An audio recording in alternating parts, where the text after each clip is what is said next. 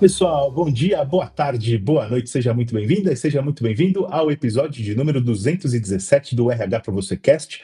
Esse é o podcast do portal RH para você, aquele nosso ponto de encontro quinzenal, o podcast, mas, claro, o portal RH para você está lá disponível 24 horas por dia, 24 por 7, na verdade, com tudo aquilo que é de mais relevante para você que trabalha com gestão de pessoas, para você que ama RH, para você que está estudando recursos humanos, para quem caiu de paraquedas em recursos humanos, seja lá qual for a sua trajetória com o RH, esse é o nosso ponto de encontro quinzenal e o RH para você .com.br é lá a nossa casa, digamos assim, é a nossa comunidade. E por falar em comunidade, já quero deixar aqui o convite para você se conectar com a gente nas redes sociais. A gente está em todas elas, Facebook, Instagram e no LinkedIn, juntando a Company Page com o nosso grupo de discussão do RH para você lá no LinkedIn. A gente já está chegando a quase 300 mil profissionais de recursos humanos trocando ideias e insights todos os dias por lá. Portanto, fica o convite para você se juntar a essa galera, se juntar a essa comunidade. A gente dá muito valor a essa interação e a essa troca. Vocês sabem que várias das pautas aqui trazidas no RH para você Cast surgem de trocas que acontecem lá no LinkedIn. Também adoro quando a galera que ouve, os ouvintes do podcast, buscam conexão comigo lá no LinkedIn também, comigo, com o Bruno Piai, que é o editor do RH para você. Então fica à vontade para se conectar com a gente por lá. Beleza? Podcast de hoje você já viu aí no Spotify ou no aplicativo de podcasts que você estiver usando, que a gente vai falar sobre como o RH pode inovar nos processos de educação corporativa e como ele pode seguir inovando, digamos assim. E acho que a gente trouxe aqui uma das principais referências no país em inovação e educação corporativa. Estou falando do Adriano Almeida, co-founder e CEO da Alura e colunista também do RH para você. Adriano, super obrigado por ter tirado um tempinho para participar com a gente hoje, para a gente poder falar sobre como inovar em programas de educação corporativa. Muito obrigado mesmo. Daniel, prazer, obrigado pelo convite. Prazer estar aqui para bater um papo com vocês, discutir um pouquinho e colocar um pouco do que a gente pensa e de como a gente tem pensado e visto as coisas. Fantástico. Vamos lá para o nosso bate-papo.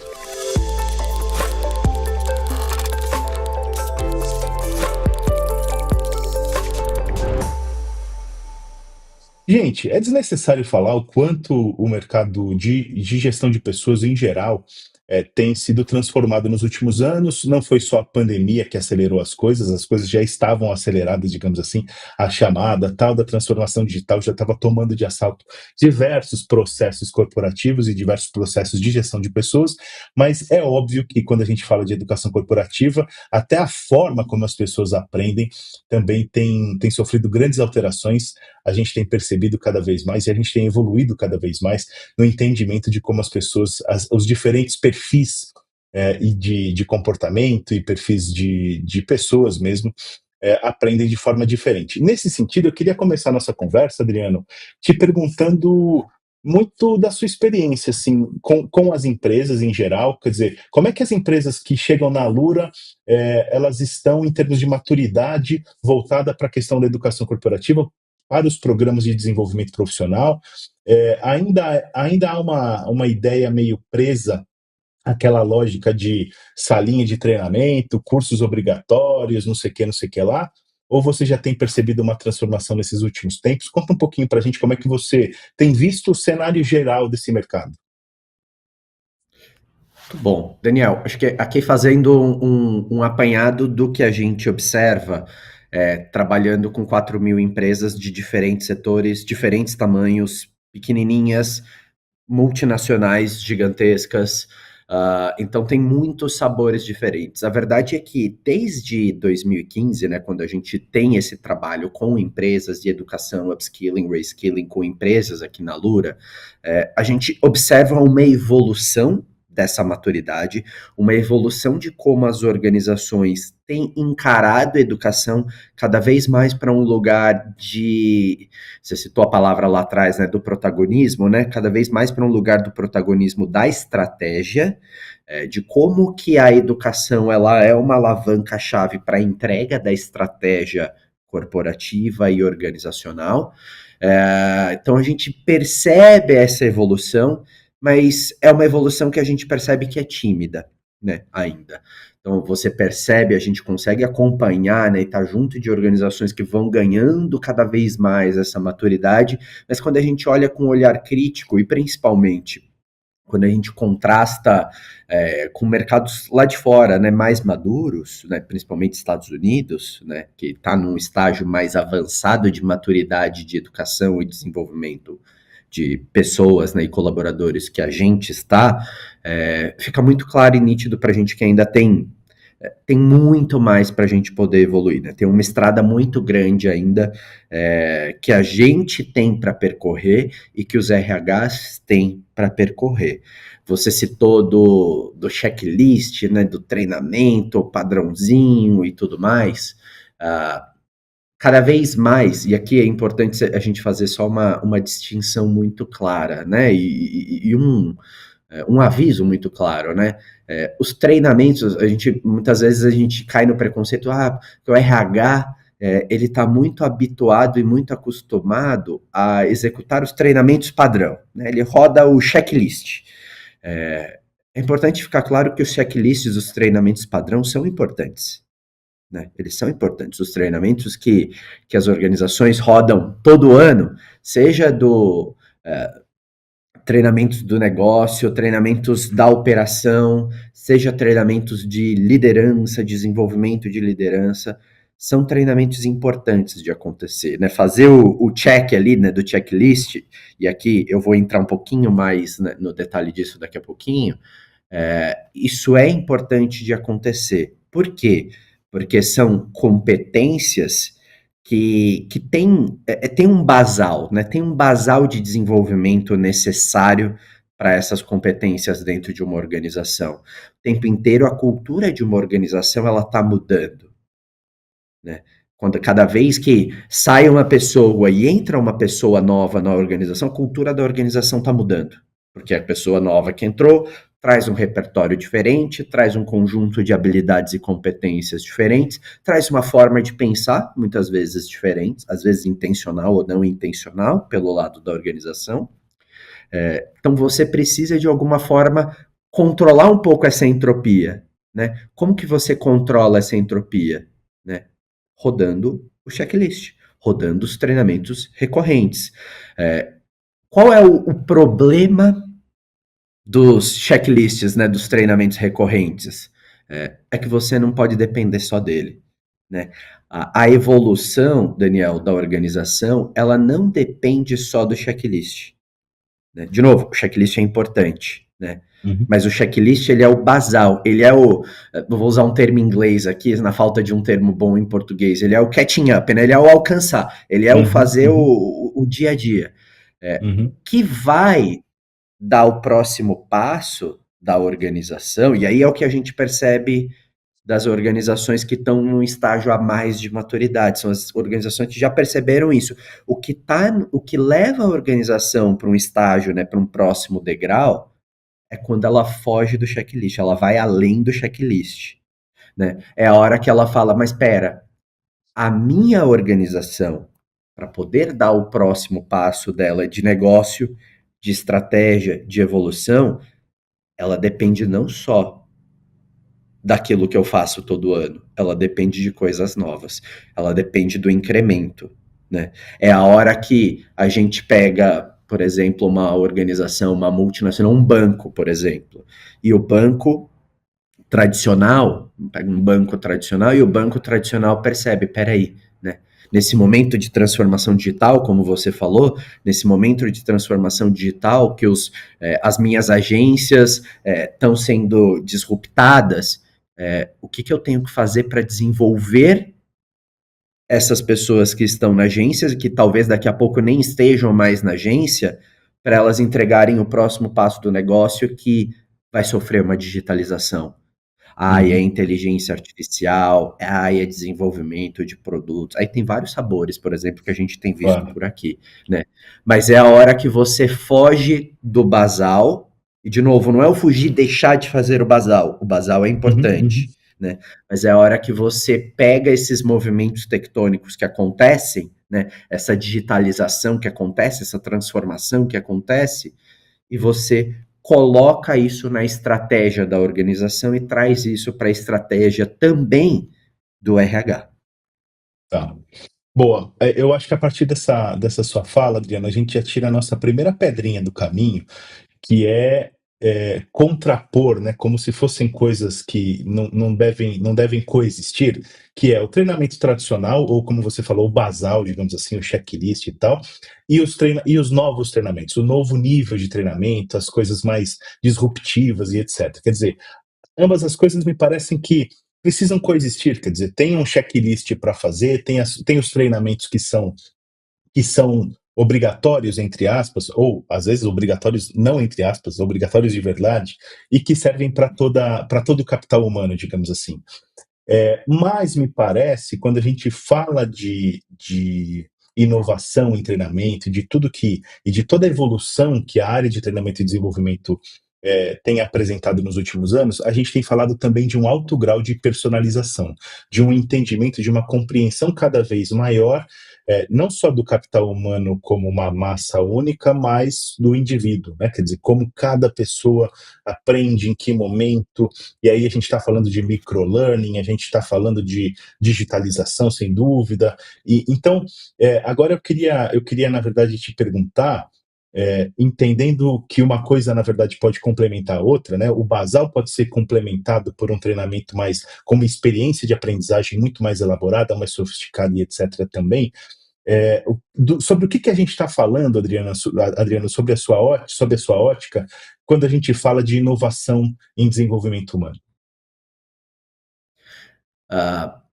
Eu vou dar 2 passos para trás aqui, Daniel, e falar do nosso entendimento aqui dentro da Lura sobre o que é não inovação, né? Boa. A não inovação, o negócio que não inova é um negócio que fica parado no tempo. É um negócio que não consegue crescer, porque não consegue criar avenidas novas de crescimento, que não consegue criar unidades novas de negócio, produtos novos. Esse negócio que não inova e não consegue criar tudo isso é aquele negócio que está fadado, desculpa o termo duro, né? Está fadado à irrelevância no futuro. Eu faço muito paralelo com o negócio, e eu faço muito essa conexão, nem tanto paralelo, mas essa conexão com o negócio, nas minhas falas com RH. Por quê? Porque RH é o negócio. RH é o negócio. Quando a gente fala de um negócio que não inova, ele é potencializado por um RH que não inova também. Tá? Então agora a gente vai para o outro lado, a inovação. E o que é o negócio que inova? É o inverso do que eu falei. São negócios que criam avenidas novas, que criam esteiras novas, que criam produtos novos, que crescem, naturalmente vão ter mais pessoas, vão ter mais dores, vão ter mais necessidades e tudo mais. Aonde que o RH entra nessa história aqui? O RH é quem ele era quem potencializava para trás, ele também é quem potencializa para frente aqui também, né? Quando a gente fala de inovação, é muito fácil e frágil a gente falar que inovação dentro de educação, treinamento e desenvolvimento, é você colocar uma tecnologia nova, é você colocar uma prática nova, é você colocar uma ferramenta nova. Vamos colocar o IA, o microlearning, ultra personalizando e tudo mais, e aí estamos inovando. Inovar não é isso. Inovar não é isso. Inovar é você entender, de novo, o que o negócio precisa, criar ou colocar em prática o certo, é o treinamento certo, é a temática certa que você vai cobrir, é o formato certo que você vai entregar para você ajudar o negócio a inovar, para você é a alavanquinha, né? O RH é a alavanquinha ali que faz o negócio inovar. Então, a inovação é isso, não é colocar uma tecnologia por uma tecnologia, simplesmente porque, é a tecnologia, e olha que eu sou de tecnologia, tá? É a tecnologia da moda que tá aqui e tudo mais, precisamos colocar isso. Não é isso. Aliás, muitas vezes, e a gente vê isso, inclusive, aqui, né, na nossa experiência. Colocamos essa ferramenta aqui porque ela vai ultra personalizar o aprendizado. Mas não adianta nada se você ultra personalizar no tema errado, no Claro. tema que não é relevante. Então, você não está inovando, você não está inovando. Então, inovação, né, quando a gente percebe, né, RHs inovando, são RHs que estão fazendo o quê? Né? São RHs que estão descendo para o negócio. Né? Quando eu falo descendo do negócio, estão saindo do alto do comum, estão falando, peraí, você citou uma palavra logo no começo que foi do protagonismo, tá, Daniel?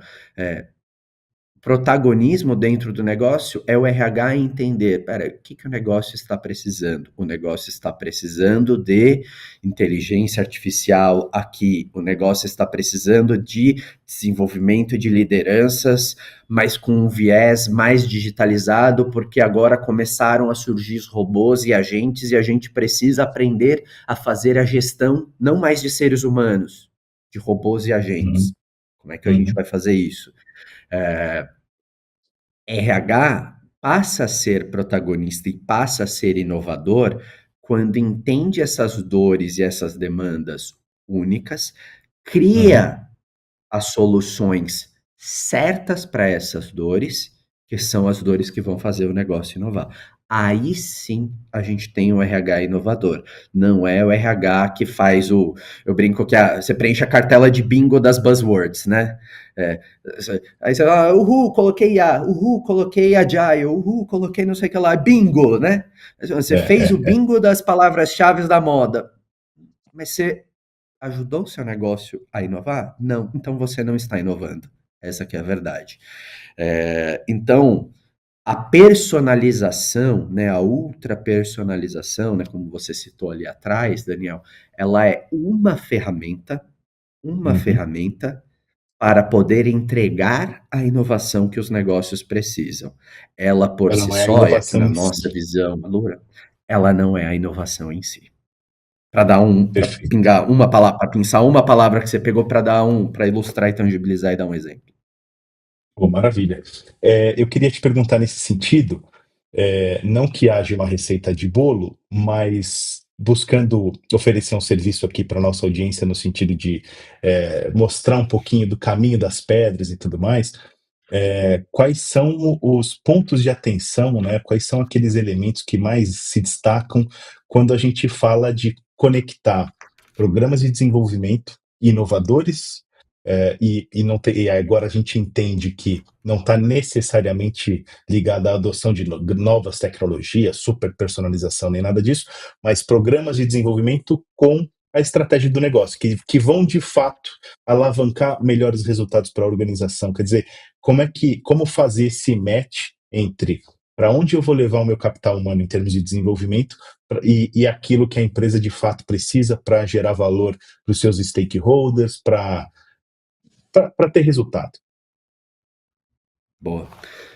Muitas vezes a resposta para isso, né, como é que você faz esse match, a gente coloca um peso muito grande em cima do RH. Então, o RH é o responsável por blá blá blá blá blá. Seja esse blá blá blá blá blá desenvolver os seres humanos da organização, seja isso fazer o upskilling das pessoas, seja isso recrutar as pessoas certas, a gente coloca um peso muito grande dentro do RH. E acho que é um lugar que, ao mesmo tempo em que há um peso muito grande, há também pouco espaço de protagonismo para o RH. Quando, na verdade, para fazer esse match, o RH sozinho não vai ser o super-herói, a super-heroína que vai resolver todas as dores do universo e do mundo dentro da organização. Não vai. O RH, ele depende e ele precisa de todas as áreas ao redor muito bem alinhado. Se você tem uma cadeia de comunicação dentro da organização, né, de cascateamento e de estratégia frágil, o RH não vai fazer milagre. O RH não vai fazer esse match aqui que tem que acontecer. Quando você tem lideranças desalinhadas, cada um puxando para o seu lado e tudo mais, e não remando para um caminho comum, mesma coisa. Não vai ter esse match que a gente espera ter. Então, o que a gente vê aqui e o que a gente espera, né, na verdade, que acaba acontecendo aqui, Daniel, é cada vez mais o RH nesse lugar do protagonismo, né, e educação, né, estando aqui especificamente no guarda-chuva da RH, né, que são vários, o guarda-chuvinha aqui da educação. É um RH que puxe o protagonismo principalmente por unir, por Uhum, ouvir, por unir, por mostrar a importância das coisas, das ferramentas, do que vai ser desenvolvido, do que vai ser trabalhado, mas é um trabalho muito mais de trazer essas outras áreas, essas outras lideranças em conjunto, é um RH cada vez mais, quando a gente fala do protagonismo, é um RH cada vez mais influente nesse protagonismo, por conseguir trazer e mobilizar uma organização inteira, as lideranças de uma organização, contribuidores individuais, em prol de uma entrega de negócio, em prol de uma entrega de estratégia, e não só em prol de vamos fazer o treinamento porque temos que fazer o treinamento. Então, esse match aqui, Daniel, na minha opinião, ele está muito conectado com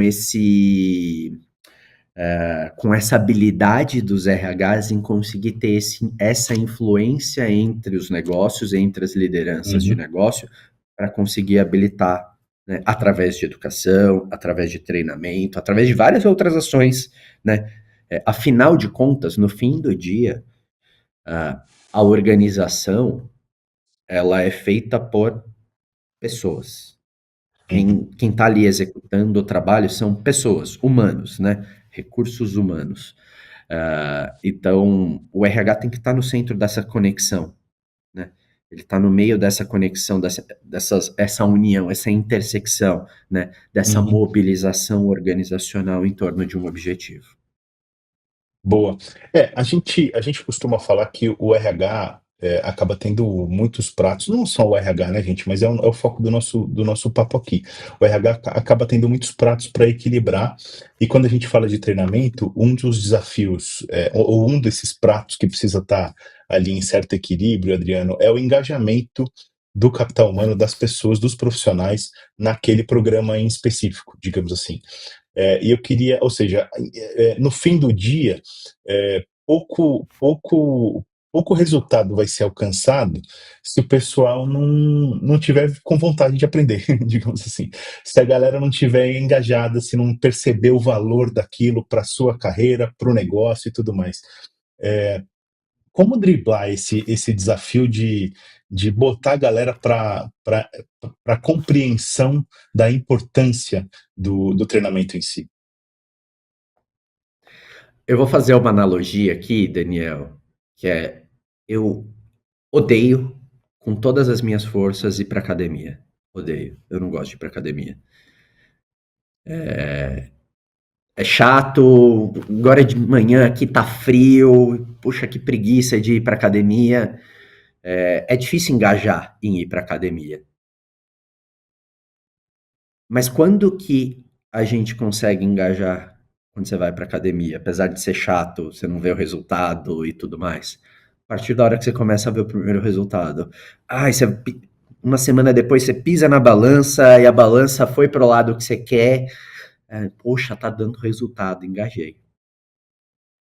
Traz esse paralelo, né, da academia, né, do chato, né, traz esse paralelo para o mundo corporativo. E vamos combinar, né? Vivemos numa sociedade aonde estudar, aprender, se desenvolver é considerado chato também, tá? Ah, só ver, na escola a gente faz piada com quem gosta de estudar demais. Ah, olha só que nerd, olha só, a pessoa não vive, só estuda e tudo mais. A gente considera chato, né, estudar. O ser humano, infelizmente, considera chato estudar. Então, quando a gente passa para o contexto organizacional e corporativo, a gente vai deixar de ter essa dor, né, poxa, como é que a gente engaja as pessoas? A partir do momento que as pessoas conseguem tangibilizar fácil, e isso é o papel do RH, isso é um papel do RH, como mediador, como facilitador, a pessoa consegue tangibilizar o resultado, né? Então, a partir do momento em que, olha só, eu aprendi uma coisa, e eu consegui aplicar esta coisa que eu aprendi no meu dia a dia, no meu trabalho, rapidamente, logo em seguida, ele fala, poxa, estou evoluindo, né? Estou evoluindo de fase, quero aprender. Resolvi uma dor e aí eu sou reconhecido por isso, né? Uhum. Resolvi uma dor. Olha só que legal o que o Adriano resolveu, porque ele estudou naquele programa que o RH fez e tudo mais, se desenvolveu, né, no programa que o RH fez e tudo mais. Isso gera um círculozinho, né? Isso vai gerando um ciclo, né, virtuoso, aonde a pessoa, ela automaticamente, ela naturalmente, ela percebe que, poxa, é bom, estou sendo reconhecido, de novo, né, ser humano intrinsecamente, né, gosta de reconhecimento, a gente gosta de ser reconhecido pelas coisas boas que a gente faz. Então, como eu estava dizendo, a gente gosta de ser reconhecido pelas coisas que a gente faz, é intrínseco do ser humano, é intrínseco do ser humano, né? Nós gostamos de reconhecimento. Esse reconhecimento dos resultados, das coisas que a gente faz, ele leva a gente para uma espiralzinha positiva, né? Essa espiral positiva vale dentro do treinamento, né? A partir do momento em que eu aprendo algo num programa feito pelo RH e eu conseguir aplicar algo novo no meu dia a dia que melhora a minha produtividade, resolve uma dor do negócio que antes não era possível de resolver, e eu sou reconhecido por isso, né? Então, aprendo, aplico, sou reconhecido e repete. Aprendo, aplico, sou reconhecido e repete. Essa espiralzinha aqui é o que vai alimentar o engajamento, né? As pessoas, né, elas vão, volto para a história da academia lá, né? Treinei, nossa, que chato, mas poxa, a balança foi pro lado que eu fui. É a hora que você recebe um elogio e fala, nossa, você tá melhor, você tá mais animado e tudo mais. Você vai querer continuar naquele ciclo. É natural, é intrínseco do ser humano. Então, sempre quando a gente busca, né, o engajamento, e de novo, né, toda a nossa experiência aqui com mais de 4.000 empresas, né, que a gente percebe das organizações que estão no estágio de maturidade maior, né, são as organizações que conseguem montar esse ciclo muito bem, montam esse looping muito bem, né? E esse ciclo é o que leva ao desenvolvimento das pessoas e quando bem direcionado para o lugar certo, ele vai ser o que vai habilitar a transformação do negócio também. Adriano, agora para a gente finalizar, eu quero aproveitar a sua presença aqui com a gente para fazer um breve exercício de futurologia para que a gente possa falar um pouquinho sobre as principais tendências para o futuro, claro, focado em educação corporativa. A gente tem percebido que a inteligência artificial está habitando, digamos assim, cada vez mais todos os nossos processos corporativos, profissionais e tudo mais. Não para a gente falar especificamente da inteligência artificial, mas queria te convidar um pouco para falar sobre as principais tendências, o que a gente deve ver nesses próximos meses e próximos anos, quando a gente fala de educação corporativa e tendências.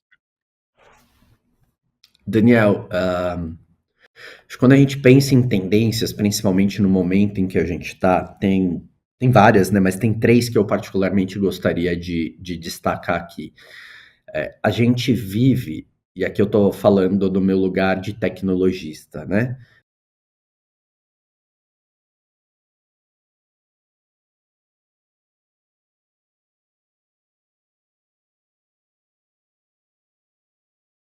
O avanço de inteligência artificial que tem acontecido nos últimos 2 anos.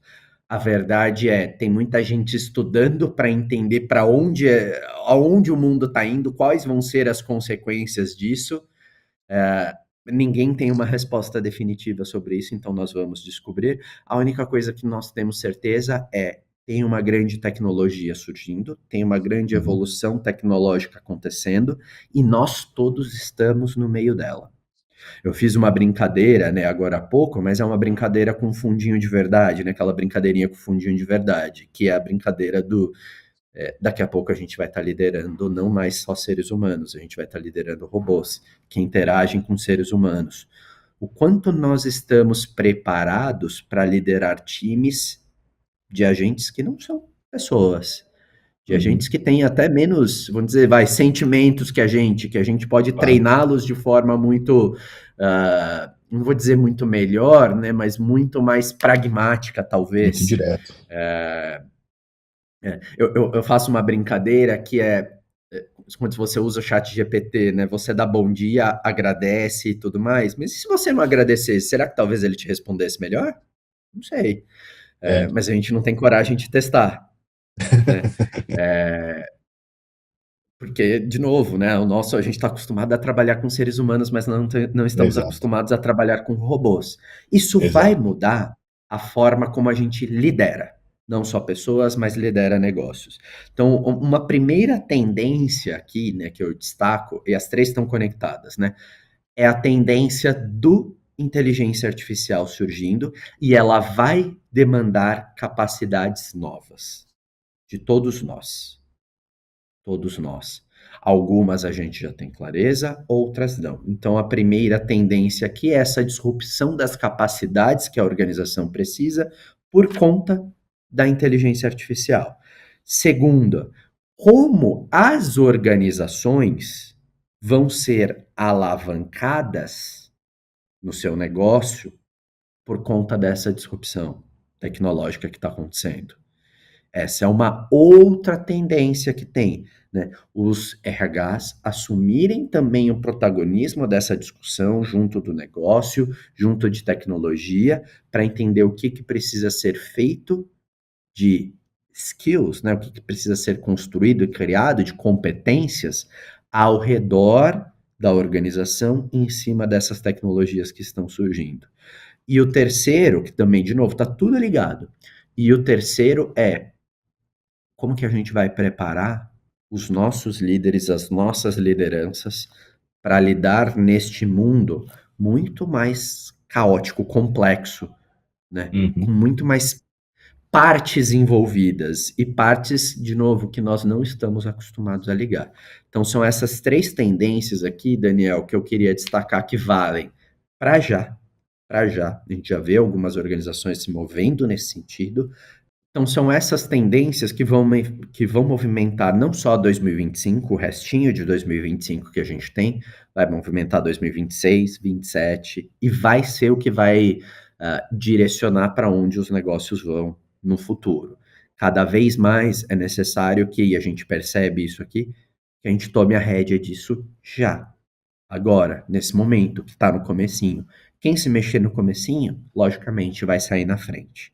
Vai conseguir ajustar a rota muito mais fácil também depois. Perfeito, Adriano. É um prazer enorme falar contigo. É muito bom poder absorver um pouquinho do seu conhecimento, da sua visão, dos seus insights. Então, quero agradecer mais uma vez a participação no nosso RH para você Cast e desejar muito sucesso para você e para a Lura. Obrigado, Daniel. Obrigado pelo convite. Muito legal estar aqui com vocês. Acompanho e fico super à vontade também para debater e discutir isso com quem você, né, que estiver acompanhando aqui o podcast, ouvindo, né, o podcast de RH para você. Fica super à vontade também para me mandar mensagem no privado, conecta comigo. Tô sempre aberto aqui para uma boa discussão. Show de bola. Valeu, Adriano.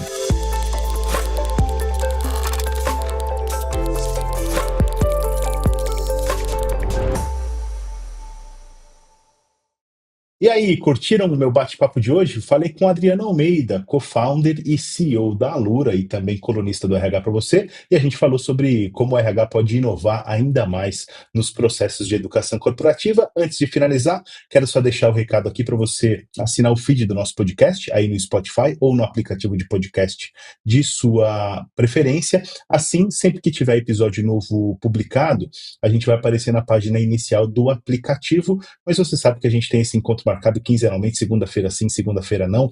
A gente tem novo episódio na área, justamente para começarmos a semana e a quinzena muito bem. Por isso, eu aproveito para desejar uma ótima semana para você. A gente se vê no próximo episódio do RH para você Cast. Um grande abraço e até mais.